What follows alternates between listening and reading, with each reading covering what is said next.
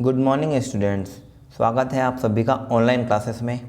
मैं अंकित आज आपके सामने लेकर आया हूँ form of business organisation class 11th का एक टॉपिक जिसका नाम है लिमिटेशन और disadvantages of joint Hindu family business. इसके पहले हम बात की थी meaning of joint Hindu family business और उसकी कैरेक्टरिस्टिक्स की। जैसा कि आपको पता है जॉइंट हिंदू फैमिली बिजनेस में जो करता है, जो घर का जो सबसे बड़ा सदस्य होता है वो हेड ऑफ द पूरा बिजनेस का होता है, ठीक है। और माइनर को भी इसमें सदस्यता दी जाती है और हिंदू लॉ का जो एक्ट है वो इसमें एप्लीकेबल होता है, ठीक है। और इसकी कैरेक्टरिस्टिक्स हमने पिछले वाली वीडियो में कंप्लीट की है, तो आप उसको ध्यान रखना। उसको पढ़ने के बाद आज हम बात कर रहे हैं limitations of business joint Hindu family business की। तो चलिए स्टार्ट करते हैं हम आज का टॉपिक। तो सबसे पहली जो लिमिटेशन, तो सबसे पहली बुराई होगी, सबसे पहली जो सीमा होगी जॉइंट हिंदू फैमिली बिजनेस की, वो होती है लिमिटेड फंड। लिमिटेड फंड का यहाँ पे मतलब है, जैसे कि अगर अपन बात करते हैं जब कोई बिजनेस बहुत सारे लोगों के द्वारा चलाया जाता है तो उसमें क्या होता है, वहाँ पे फंड की कमी नहीं होती है, पैसे की वहाँ पे कोई कमी नहीं होती, क्योंकि जब कमी हुई तो कोई दूसरा व्यक्ति आके मिला देगा। लेकिन जॉइंट हिंदू फैमिली बिजनेस क्या है, एक पर्टिकुलर फैमिली के द्वारा रन किया जाता है, तो उस कंडीशन में क्या होता है, वहाँ पे लिमिटेड फंड रहता है उनके पास, वो कहीं एक्सटर्नल सोर्स से पैसे नहीं ला सकते हैं। तो कैसे, joint Hindu family business has limited financial fund except ancestral property, there are no additional fund, the corner don't contribute any fund on partition of the family, the ancestral property is divided resulting in shortage of capital। मतलब joint Hindu family business में क्या होता है, पैसे की limitation होती है। कैसे, जो उनको उनके पूर्वजों के द्वारा जो पैसे मिलते हैं उसके अलावा उनके पास और कोई ऑप्शन नहीं होता पैसे का, ठीक है। और कभी कभी उसमें भी क्या होता है कि जो पैसे बंटवारा हुआ था तो जो दादाजी जो पैसे दे के गए वो भाइयों में अगर बांट लिए जाते हैं, ठीक है, मतलब उनका बंटवारा हो जाता है पैसे का, तो क्या होता है, उनके पास कैपिटल की कमी हो जाती है। उस कंडीशन में वो अपने बिजनेस को अच्छे से रन नहीं कर सकते हैं। ये सबसे बड़ी है इसकी लिमिटेशन, क्या कि जॉइंट हिंदू फैमिली बिजनेस में शॉर्टेज ऑफ कैपिटल या लिमिटेड फंड होता है, ठीक है। दूसरी जो इसकी लिमिटेशन वो होगी अनलिमिटेड पर्सनल लाइबिलिटीज ऑफ कर्ता। कर्ता is the head of the family, तो अब उसी के पास सारे अधिकार है, उसी के पास सारी रिस्पॉन्सिबिलिटीज़ हैं। तो उस कंडीशन में क्या होती है, उसकी लाइबिलिटी इतनी अनलिमिटेड हो जाती है कि कहीं ना कहीं वो बिजनेस रन करने में प्रॉब्लम क्रिएट होने लगती है। तो the unlimited personal liability of कर्ता make him less enterprising. Less enterprising मतलब हुआ कि वो इतनी ज़्यादा लाइबिलिटी हो जाती है उसके ऊपर, तो वो पूरी तरीके से बिजनेस पे ध्यान नहीं दे सकता है। इसके अपोजिट अगर मान लो बात करते हैं कि 10 लोग हैं जो सबके पास अपनी अपनी लाइबिलिटीज़ हैं, तो उस कंडीशन में क्या होगा, बिजनेस अच्छे से रन होगा। लेकिन यहाँ क्या होता है, जॉइंट हिंदू फैमिली बिजनेस में सारी लाइबिलिटीज़ कर्ता की है, तो कर्ता क्या क्या काम संभाले, प्रोडक्शन देखे, मार्केटिंग देखे, फाइनेंस देखे, सेल्स देखे, तो इस वजह से क्या होता है, वो बिजनेस अच्छे से रन नहीं हो सकता है। तो इसे कहते हैं हम अनलिमिटेड पर्सनल लाइबिलिटीज ऑफ कर्ता। ये इसकी बहुत बड़ी बुराई है। अगला पॉइंट होता है limited managerial abilities. Since the business is fully managed by the कर्ता, अभी जैसा कि मैंने इसके पहले वाले पॉइंट में बताया कि पूरा बिजनेस को मैनेज कौन करता है, कर्ता करता है। He is not expected to be expert in all field of business. तो अगर वही सारा सब कुछ मैनेज कर रहा है तो ज़रूरी नहीं है कि वो हर फील्ड में एक्सपर्ट हो। कर्ता हर फील्ड में एक्सपर्ट नहीं है, हो सकता है उसको फाइनेंस का नॉलेज है तो मार्केटिंग वो ठीक से नहीं कर पाएगा, या हो सकता है मार्केटिंग का नॉलेज है तो वो सेल ढंग से नहीं देख पाएगा। तो मतलब सारी एबिलिटी उस कर्ता के पास हो ये ज़रूरी नहीं है। There is a lack of specialisation, तो यहाँ पे उसमें सारा स्पेशलाइजेशन, ये इस चीज़ स्पेशलाइजेशन की विशिष्टता की कमी है उसमें।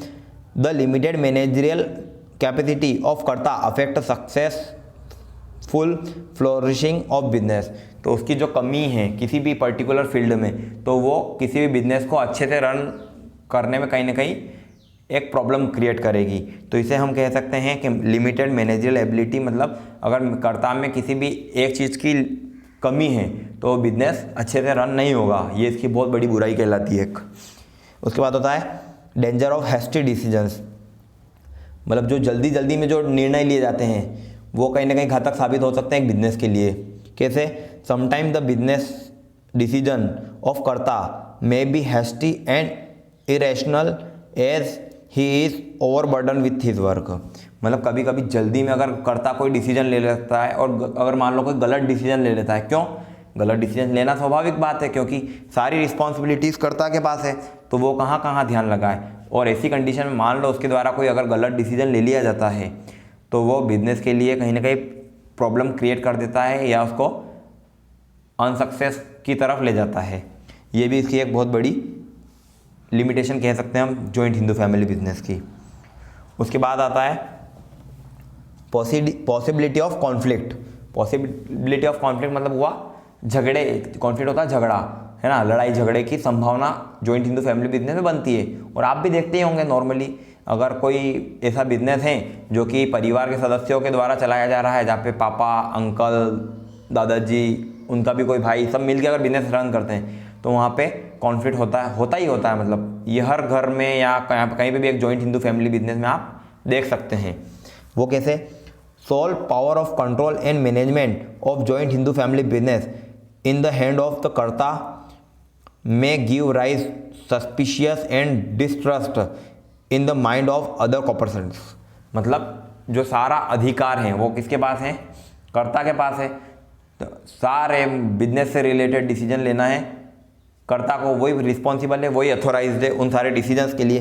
तो कभी कभी क्या होता है कि जो दूसरे मेंबर्स हैं या उसके जो भाई हैं जो बिजनेस में उसके साथ हैं, उनके बीच में क्या होता है? एक डिस्ट्रस्ट, मतलब एक विश्वास कम होता है या ऐसा कोई मतभेद उनके बीच में पैदा हो जाता है।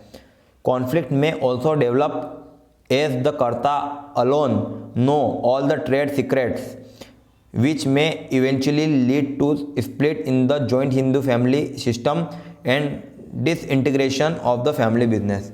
अब इस जगह कॉन्फ्लिक्ट होना भी पॉसिबल है। कैसे? कि जो कि बिजनेस के जितने भी सीक्रेट्स हैं, जितने भी सारे राज है बिजनेस के, वो सिर्फ और सिर्फ पता होते हैं कर्ता को। और इस कंडीशन में मान लो कोई अदर पर्सन को इन्फॉर्मेशन लेना चाहें तो उस कंडीशन में वहाँ पे कॉन्फ्लिक्ट क्रिएट हो सकता है। तो ये भी एक पॉसिबिलिटी ऑफ कॉन्फ्लिक्ट, ये भी इसकी एक बहुत बड़ी बुराई है। ठीक है, अगला पॉइंट होता है danger of misuse of authority bye कर्ता, क्योंकि यहाँ पे सारे अथॉरिटी किसको दी गई है? मेन फैमिली हेड मीन्स कर्ता को। तो अगर उसके पास सारे अधिकार हैं और मान लो वो कभी अपने अधिकारों का गलत उपयोग करता है, जो उसको दिए गए अधिकार उसका अगर वो मिसयूज़ करता है, तो यहाँ पे कहीं ना कहीं फिर वो जॉइंट हिंदू फैमिली बिजनेस के लिए एक गलत बात साबित होती है। As a senior most member of the family the karta enjoy the sole control of the affair of joint Hindu family business. He is likely therefore to misuse his authority for his personal benefits. ठीक है, मतलब senior most member है वो कर्ता, जो घर का सबसे बड़ा सदस्य है वो कर्ता है, बिजनेस से सारे रिलेटेड जितने भी डिसीजन है वो भी कर्ता ही लेता है। तो इस कंडीशन में कभी कभी ऐसा हो सकता है कि वो जो अपने अथॉरिटी है उसका कहीं ना कहीं मिसयूज़ करे। तो मिसयूज़ करे मतलब जो काम उसको करना है उसके हट के वो दूसरा कुछ काम करता है, अपने अधिकारों का गलत उपयोग करता है, तो कहीं ना कहीं जॉइंट हिंदू फैमिली बिजनेस के लिए वो गलत बात होती है और बिजनेस ऐसी कंडीशन में स्मूथली रन नहीं होगा। तो ये भी एक पूरी family joint Hindu family business के लिए एक तरह से देखा जाए तो डिसएडवांटेज कह सकते हैं अपन इसको। तो ये इसकी बातें थी जॉइंट हिंदू फैमिली बिजनेस की लिमिटेशंस, जो कि आपने अच्छे से समझी। ठीक है, इसमें भी उसके बावजूद भी कोई डाउट है तो यू कैन डायरेक्टली कॉल। ठीक है, अब अपन अगले टॉपिक में कंप्लीट कर रहेंगे स्टूडेंट्स। आपका टॉपिक होगा पार्टनरशिप। तो आप अगली क्लास के लिए तैयार कर लीजिएगा, इसका मीनिंग और कैरेक्टरिस्टिक्स आप पढ़ लीजिएगा। मैं अगली क्लास में डिस्कस करूँगा आपके साथ ताकि आपको समझ में अच्छे से आए। मिलते हैं अगली वीडियो में अगले टॉपिक के साथ, तब तक के लिए नमस्कार।